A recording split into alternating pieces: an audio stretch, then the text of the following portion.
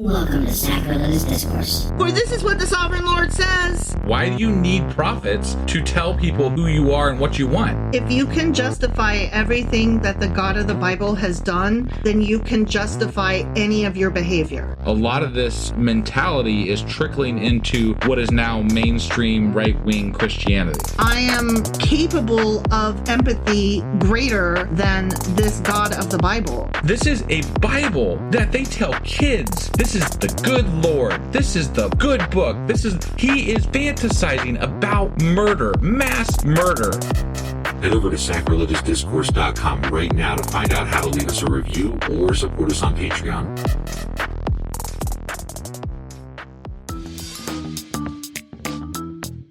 Hey there, sinners and saints. It's your favorite Bible-bashing duo from Sacrilegious Discourse, and we need your help. That's right, folks. We're raising funds for some heavenly equipment and a studio that doesn't sound like it's in the depths of hell. Our current setup, let's just say it's more apocalypse than audiophile. So if you want to hear us dissect the Bible without the background noise of demonic squirrels, chip in a few bucks. We're aiming for $5,000 to upgrade our audio and build a studio worthy of blasphemous banter. Donate today and help us spread the good word of atheism. You can find a link right on our homepage, sacrilegiousdiscourse.com. Every dollar counts. Even if it's from your collection plate.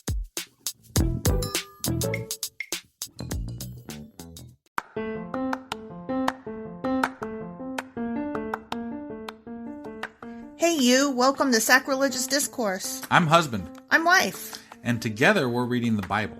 Starting with Genesis and eventually ending with Revelations, we're working through every book and offering our atheist 2 cents. Or shekels. Yeah, those.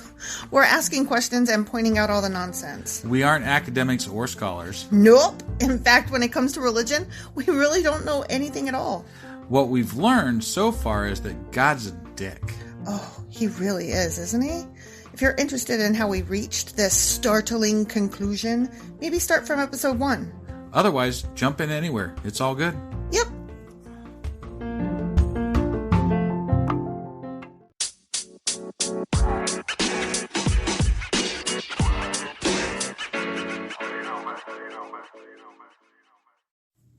So, do you remember what we read last time? Do I ever? No. Yeah.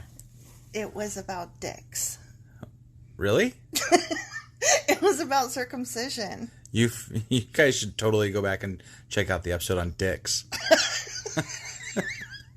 But you do remember, right? I do, yeah. Okay. Yeah. I was like, my eyes were just crawling out of my head. Like, you don't remember talking about circumcisions? Did we ever find Steve? No. Okay. No. We also talked about how you know what? I kind of don't remember because all I can remember is just circumcision. And Steve. I think it had to do with it was a covenant. It was a covenant because he was promising fame and fortune. Right. That he had already promised. And then to enslave his, progeny. No, that was in the section before that. But yeah, you're right. Right. Yeah. So what are we talking about today? Genesis 18 and 19. Chapters 18 and 19. Okay. Well, let's get a move on. Okie dokie. All right.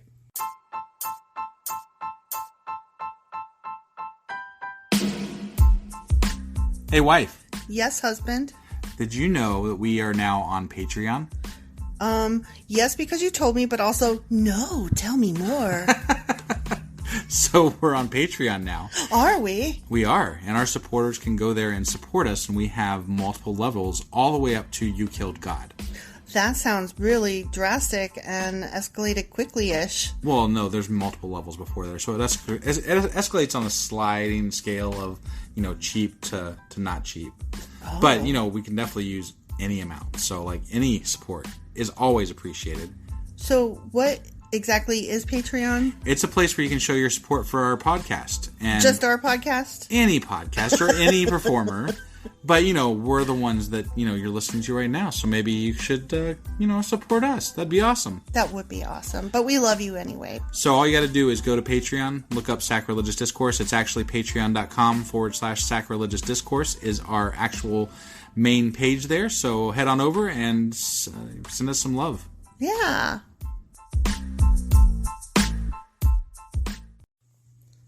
Genesis chapter 18, the birth of Isaac promised. Do you remember? Yeah, this is the legitimate son of Sarah after that girl got raped. Indeed, she did get raped, and I don't know why that made me laugh other than it was just so shocking. Well, there's so much rape in the Bible. It's almost comical if such a thing could be laughed at, which rape is it's never like funny. It's like Quentin Tarantino with blood. You know, like it's true. There's so much of it that it's like at some point you're just like, Jesus. So to speak. Oh yeah, so to speak. All right, ready? Sure. The Lord appeared again to Abraham, not Abram, Abraham. Right. Near the oak grove. This is after the dick chopping. Yes, after the dick chopping. The Lord appeared again to Abraham near the oak grove belonging to Mamre. That oak grove seems very important. It does. It came up earlier. It does. Okay. One day, Abraham was sitting at the entrance to his tent during the hottest part of the day. He looked up and noticed 3 men standing nearby. Everything comes in threes. Right. When he saw them, he ran to meet them and welcomed them, bowing low to the ground. "My lord," he said, "if it pleases you, stop here for a while. Rest in the shade of this tree while water is brought to wash your feet." That's nice of him. Well, washing of the feet was like, it was not just a weird thing. It was like a customary act of respect and generosity. Sure. So, just to make that clear in case you didn't know. No, I kind of knew that. Okay. But, like, you know, just they don't know this guy. He's just walking up to an oak tree and they're like, "Dude, let's wash your feet." But it was like if you walked up to somebody and shook their hand, that it was that way. But do you think if he didn't have like a truckload of riches behind him that they would have done the same thing? No, not at all. Okay, so he's still talking here. "And since you've honored your servant with this visit, let me prepare some food to refresh you before you continue on your journey." "All right," they said. "Do as you have said." So Abraham ran back to the tent and said to Sarah, because you know his ass wasn't washing no feet. He Right. volunteered his wife. Right. So he said to Sarah, "Hurry, get 3 large measures of your best flour, knead it into dough, and bake some bread, bitch." Then Abraham ran out to the herd and chose a tender calf and gave it to his servant, who quickly prepared it. How do you think he prepared it? "Now, calf, I want you to be prepared. I'm probably going to chop you in half." When the food was ready, Abraham took some yogurt and milk and the roasted meat. How did yogurt, like, I don't know. We should look into, like, old culinary stuff. Because, like, how does yogurt preserve out in the deserty areas?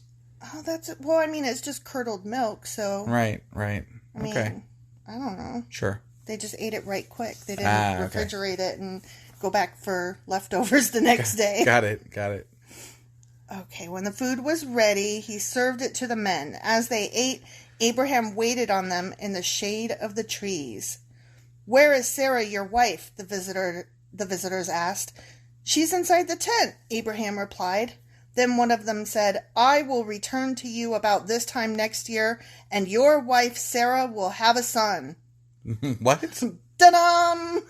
But didn't God already tell him that? Yeah, God now already... some dude at an oak tree is telling him that. Yeah. Okay. Like, there's... And, like, why does he know she's going to have a son? Is he going to do something to make that happen? These are special guys. Oh, these are special guys. They're like the 3 kings or something? That's what I was wondering. Remember I said everything comes in threes. It's either Right. ominous or awesome. Who knows? 3 horsemen? Or no, that's 4 four. horsemen. 4 See, horsemen. now there's 4. Yeah. And then 7 deadly sins is 7. So, I Right, mean, not yeah. everything comes in threes, but threes are a thing. Right.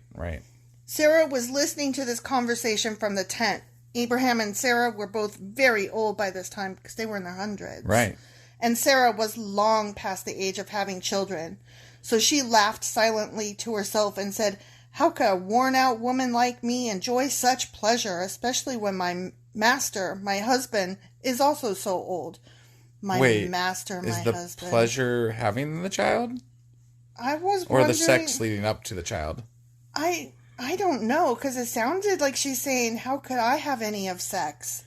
Right? I don't know, but, like, yeah. Because, I mean, it doesn't matter how old you are, you could still at least attempt to have sex. Right. So that part doesn't make sense necessarily. Right. But the having of the child definitely is not pleasant. I mean, there's a pleasantness to it. Like, there's a pleasantness of having a life growing inside of you and the bonding. Sure, but and the all that. part where you have the baby. Yeah, that sucks. Dude, you can have that. Then the Lord said to Abraham, "Why did Sarah laugh? Why did she say, 'Can an old woman like me have a baby?' Is anything too hard for the Lord? I will return about this time next year, and Sarah will have a son." Keeping control of your people is too hard for the Lord. Right? Sarah was afraid, so she denied it, saying, "I didn't laugh." But the Lord was like... Wait, now she's lying? Yeah. Wow. But the Lord said, "No, you did laugh." So what? Who gives a shit? Yeah, I hate it when I doubt magic. Right? I should totally be held accountable for assuming that the shit that you're spewing is nonsense. Right. What? Plus, you always come and talk to Abram, and... Yeah. Like, you never talk to Sarah that I've heard. Okay, and like, listen. Not much, anyway. If you, husband, came up to me and said some magical bullshittery, I would not believe you. Right. I love exactly. you dearly. I would assume you got conked on the head. Right. Especially, I don't even have a uterus now. So if you told me, "Wife, you are going to have a baby." I mean, if I was 99 years old, I'd be like, I might be dead next year. But still, like, not only am I old, but yeah, I would be like, "You are very silly." And apparently those timelines with, like, life and stuff were very rigid back then. You get to live that 120 years. I guess. Or something. I guess. Okay, we're at the next section, same chapter. Okay. Abraham intercedes for Sodom. Then the men got up from their meal and looked out towards Sodom. As they left, Abraham went out with them to send them on their way. "Should I hide my plan from Abraham?" the Lord asked. "For Abraham will certainly become a great and mighty nation, and all the nations of the earth will be blessed through him." Okay, Lord, I gotta interrupt you. You already told him this plan, right? So it's a bit late What I was scratching. I was literally scratching my head, like, dude, you already, we covered this. And moreover, like... Didn't we cover this, like, maybe multiple times almost? Yes, because this shit is repetitive. Right. "I have singled him out so that he will direct his sons and their families to keep the way of the Lord by doing what is right and just." Right, that's the whole covenant, like, chopping dick thing. Yeah. "Then I will do for Abraham all that I have promised," that including you talked keeping... to him about. Yeah.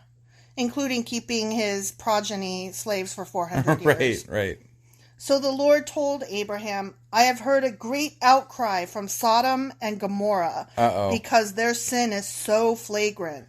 I am going down to see if their actions are as wicked as I have heard." Oh my. You don't know, God? Right? You've what I'm heard. saying. He has trouble keeping track of people. "If not, I want to know." Okay. I thought you knew things already. Right. This is not speaking well of your omnipotence and your all-knowing. And if you spent less time worrying about Abraham and more time worrying about, the rest of the fucking planet, Right? maybe you could, Help. make things work better. Maybe you could help a little. Right. Maybe But he things could also be better. he also already knows how things are going to work out 400 years in the future. So why the fuck doesn't he know anything about Sodom or Gomorrah? I don't know. This is all very confusing. I think it's bullshit. I don't think he really knows as much as we're supposed to be led to believe he knows, considering the fact that he states right here, "I don't know, and I'm going to go look because of what I've heard, and I want to know." Right. I mean, it doesn't sound like a very good God at godding stuff. He's kind of mediocre. Right. Like, his powers are kind of like, He's like not even as good as Doctor Who, let's be honest. Yeah. I mean, he hasn't struck us dead for putting this podcast out yet. That is true. So... Knock on wood. The other men turned and headed toward Sodom, but the Lord remained with Abraham. Abraham approached him and said, "Will you sweep away both the righteous and the wicked? Suppose you find 50 righteous people living there in the city. Will you still sweep it away and not spare it for their sakes? Surely you wouldn't do such a thing, destroying the righteous along with the wicked. Why, you would be treating the righteous and the wicked exactly the same. Surely you wouldn't do that. Should not the judge of all the earth do what is right? I mean, that sounds like a fair plea to me, but Right. you're asking the big dude who drowned an entire planet. Right. So, Including the small furry animals that scurry across the earth. oh, you really like them scurrying animals. Well, I mean, I just think it was completely unfair that he killed everything Everything, because he was pissed off at humanity. right? It sounded to me like he was really just throwing a temper tantrum, let's be Right. honest. Yeah, totally. And the Lord replied, if I find 50 righteous people in Sodom, I will spare the entire city for their sake. But not 49. But not 49.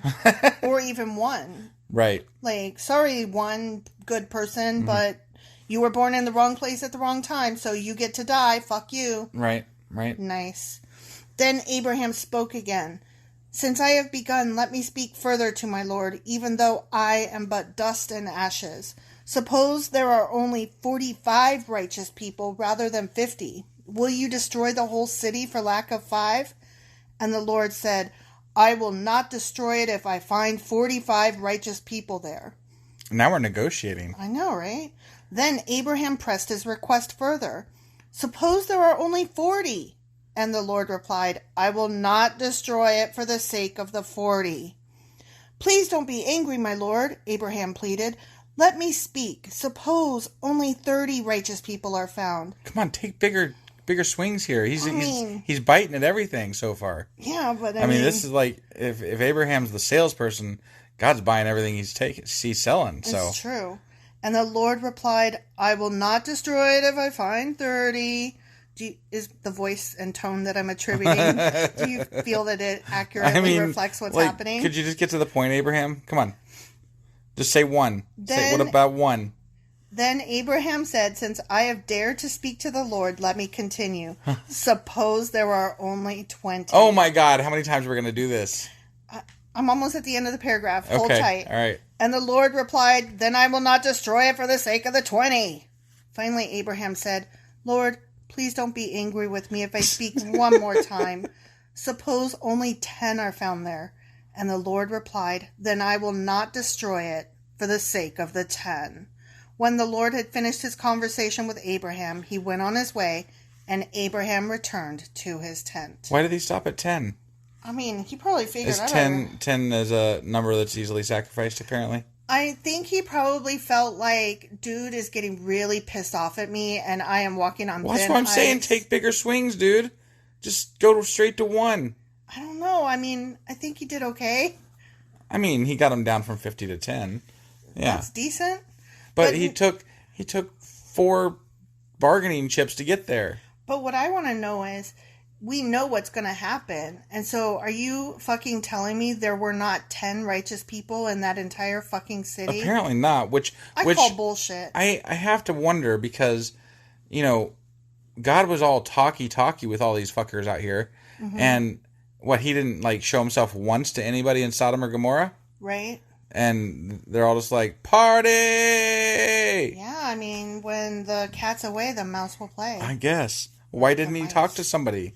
I mean, all he'd have to do is open his damn mouth. He was just a little bit too caught up in Sarai and Egypt and giving Abraham riches and shit. Yeah. And enslaving people. Well, that's the end of chapter 18. All right. Let's see what happens to Sodom and Gomorrah. I have a inkling of an idea. As do I. Yeah. Stay tuned.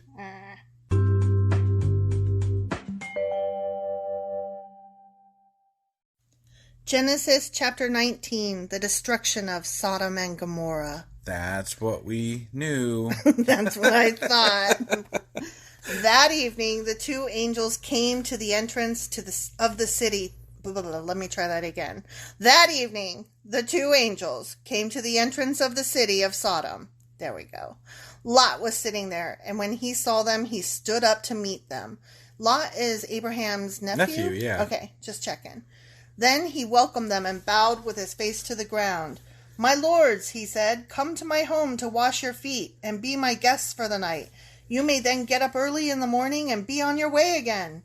Oh, no, they replied. We'll just spend the night out here in the city square. But Lot insisted, so at last they went home with him. Lot prepared a feast for them, complete with fresh bread made without yeast, and they ate. I don't know why. Angels need to eat, apparently. Are these angels? Because that's what you just said. Was it angels? Oh, yeah. Yeah, my bad. 2 angels. Yep, you were right. Sorry, I was caught up in the fact that I couldn't read.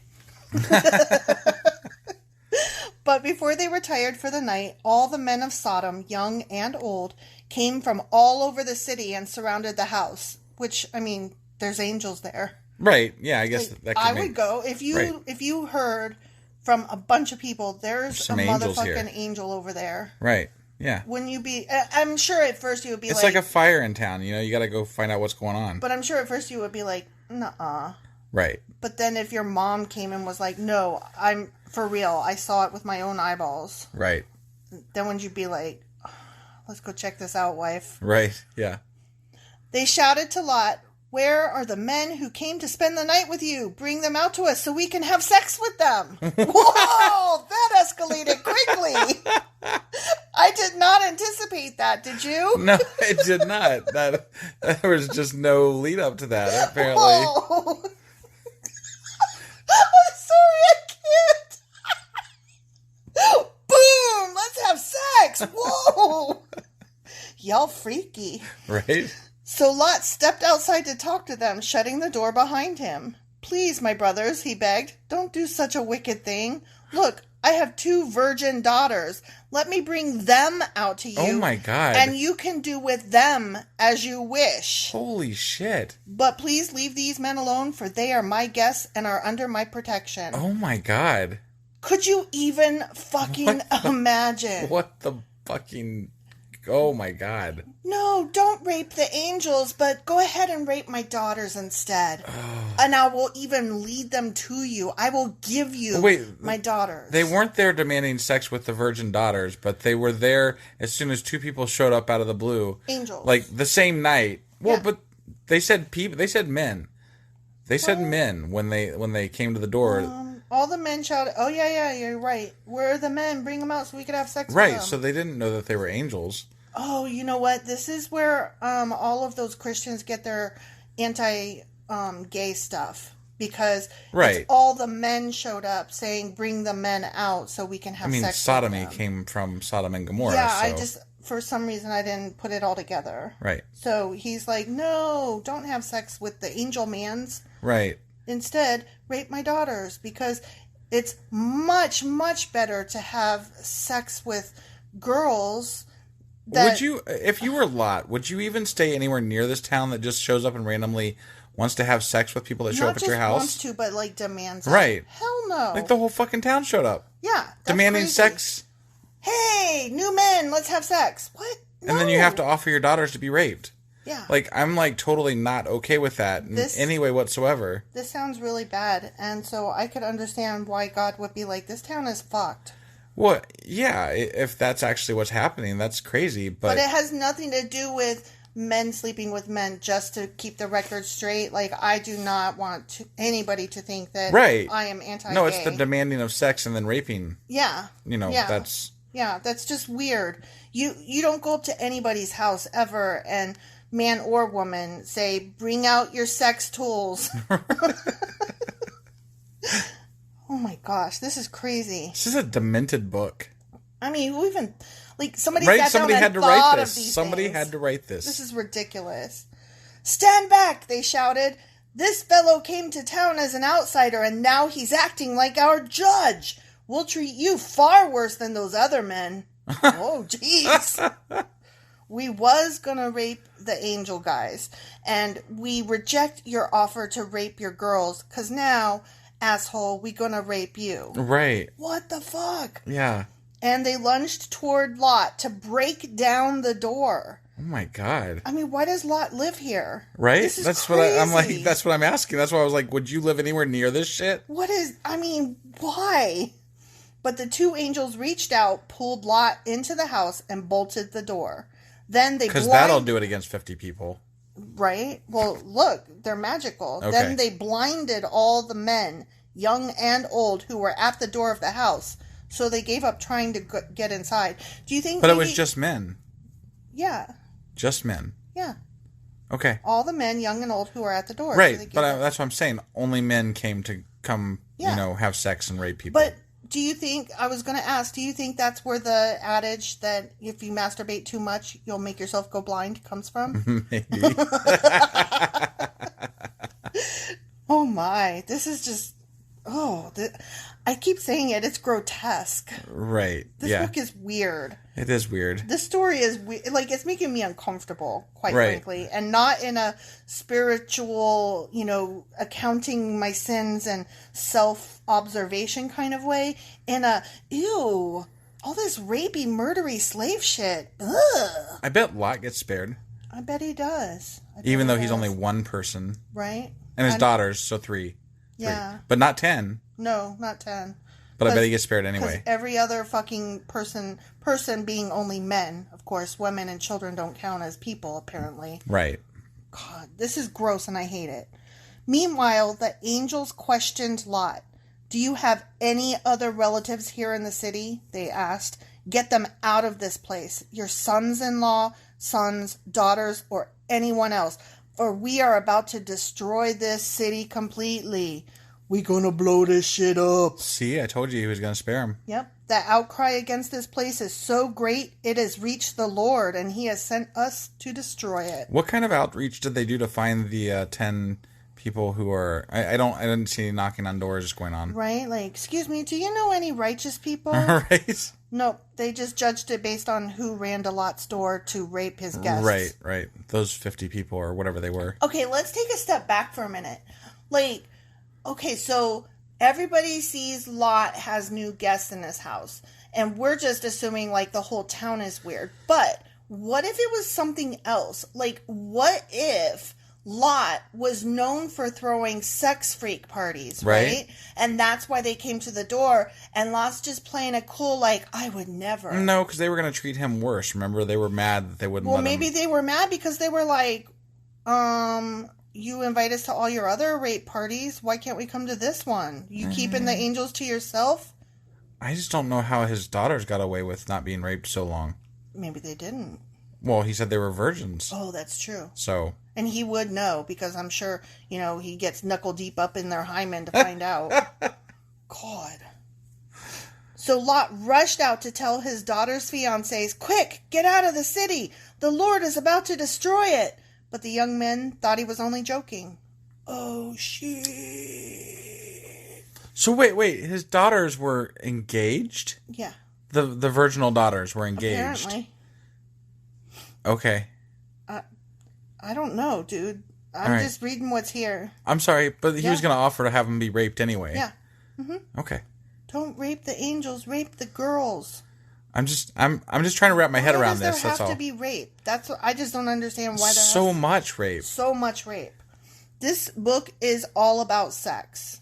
Right. I am not okay with this. Yeah. This is not a they should just spiritual rename book. it Rape Bible.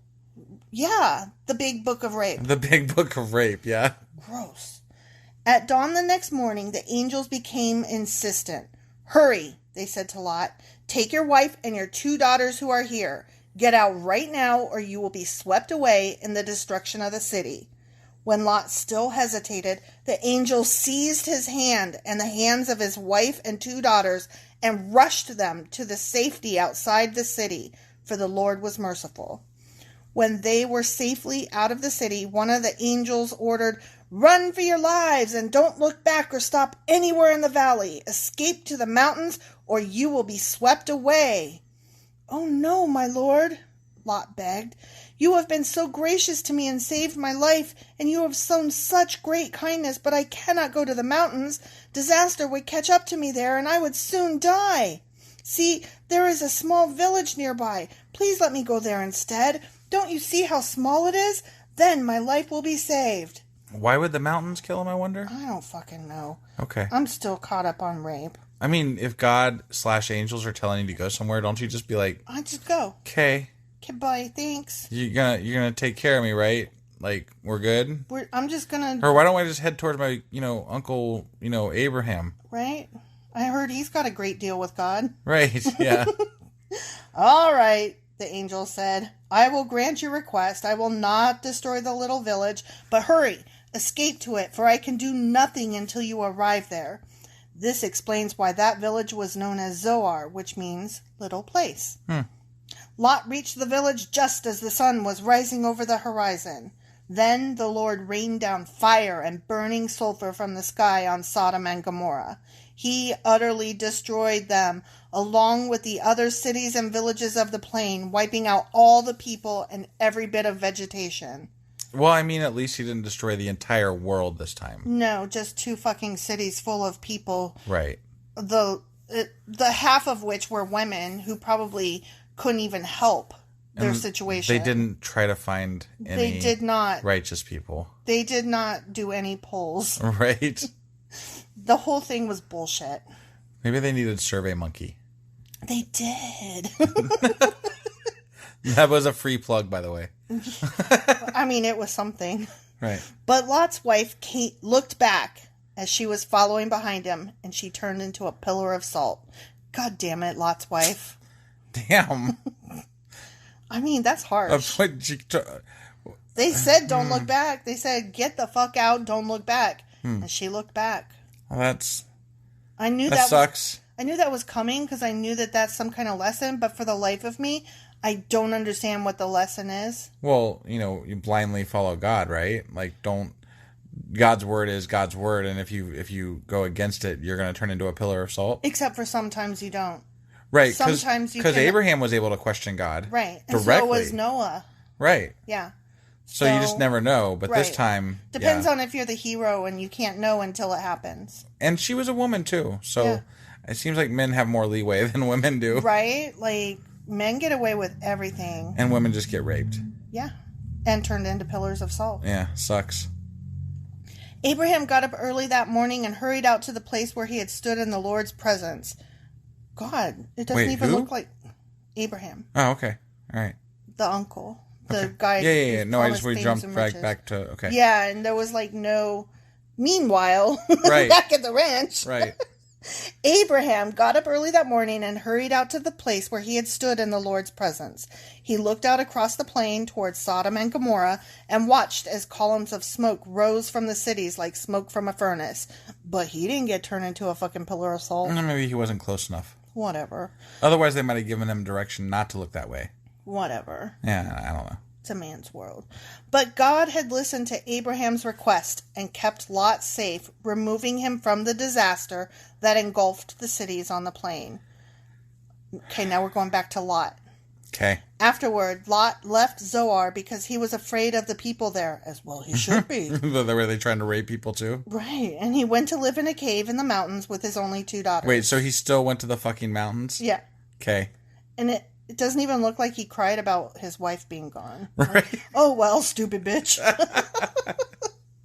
One day, the older daughter said to her sister, there are no men left anywhere in this entire area. Well, shit. So we can't get married like everyone else that doesn't live here. Right. Everyone else that's not here. Yeah. And our father will soon be too old to have children. Come, let's get him drunk with wine and then we will have sex with him. What the fuck?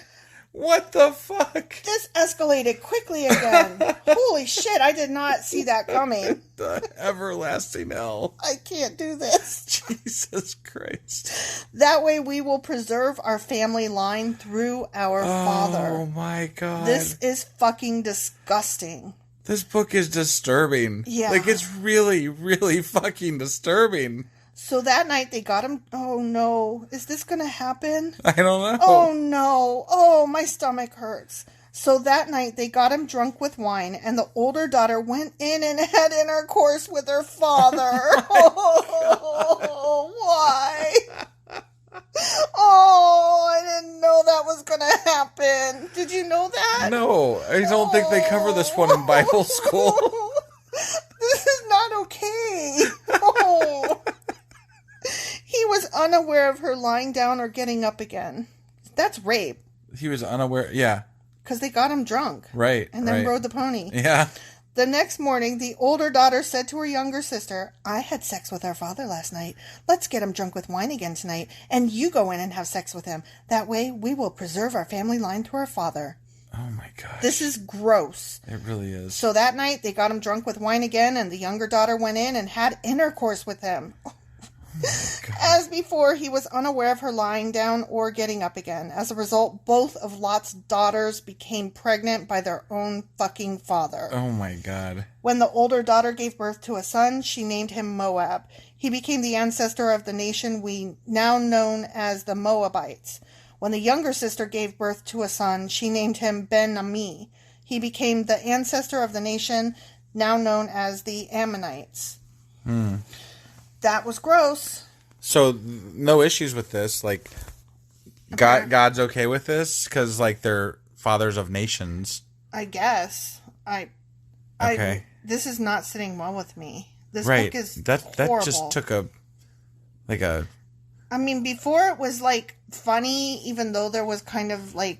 No, there was definitely too much rape. Definitely. But then these chicks, for no reason, just raped their father. I mean, I had guess at least there's, not... The women are raping as well as the men? How is that better? It's not. I didn't know all this happened, and it's very unsettling. It seems to me that rape was just an okay thing back then. It seems to me like this is a book that, why do we celebrate it again now? I really don't know. Ugh. Okay. It just gets worse. Before it was just dull, but now it's horrific. Right. Let's go back to We haven't dull. even got to Revelations yet, so... Revelations is the last book. We're still I know, in the first I know, book. but I hear it's awful. I don't think awful things happen. I think it's just really dull and weird. Oh, okay. So, like, that's when we should get our listeners to, like, smoke some weed and... I think the people that wrote this shit were smoking weed. I think they were doing more than that. Probably.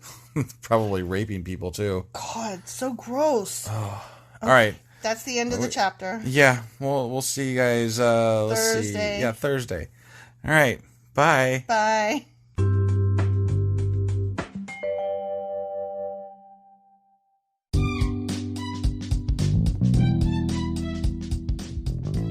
Husband, Yes, wife? is there a way for people to contact us? Well, sure. They can get on our Twitter account. We have a Twitter account? We do. What is it? It is sacrilegious_D. Like D for Discourse? Yeah, they wouldn't let me put the whole thing, so I had to shorten it to _D. I hate them. Yeah, that's disgusting. How do you spell sacrilegious? Do you know? I don't want to. Just look it up in a dictionary or something. I don't want to do that right now. You know why? Sacrilegious_D. Okay? Because you messed it up and I made you fix it. That's why. Yeah. What about an email? Yeah, we got that too. What is it? Sacrilegiousdiscourse@gmail.com. Oh, well, that's easy. Yeah, As long as you know how to spell sacrilegious. right. Well, definitely get a hold of us. Let us know what you thought of the episode. And, any comments, hate mail. We love that kind of stuff. Also, you could answer some questions that we leave throughout, or correct my pronunciations. Yeah, which are probably please. bad, wrong, and horrible. Because we suck sometimes. Absolutely. Oh, also, if you like this shit or whatnot, give us a like on your podcasting app and stuff, or even leave a comment or something. That would be awesome. That would be awesome. Goodbye.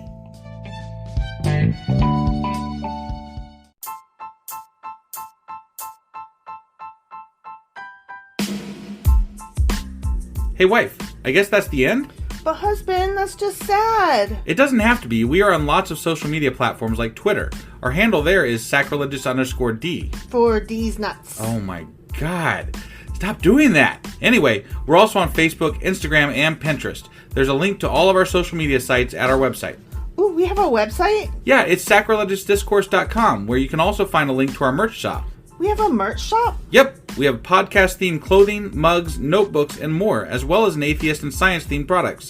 Wow, our fans should really go check that out right now. Definitely. They can get in touch with us by sending an email to sacrilegiousdiscourse@gmail.com. But before they do that, we could really use some help. Oh yeah? With what? Well, it's not free running the podcast, and we need some financial support in order to get better equipment, which will free up time so we can concentrate on our podcast and our fans. Okay, so what should they do? Head over to patreon.com/sacrilegiousdiscourse and sign up as a contributor on our podcast. Supporters there receive additional bi-weekly episodes that we record just for our Patreon members for as little as $2 a month. Also, we'd really appreciate it if you would like and subscribe on whatever platform you're using. And Apple Podcast reviews help us out tremendously. Like and subscribe, leave an Apple review, join us on Twitter, support us on Patreon. That's a lot of instructions. Don't forget to say thanks. Thanks. Okay, bye.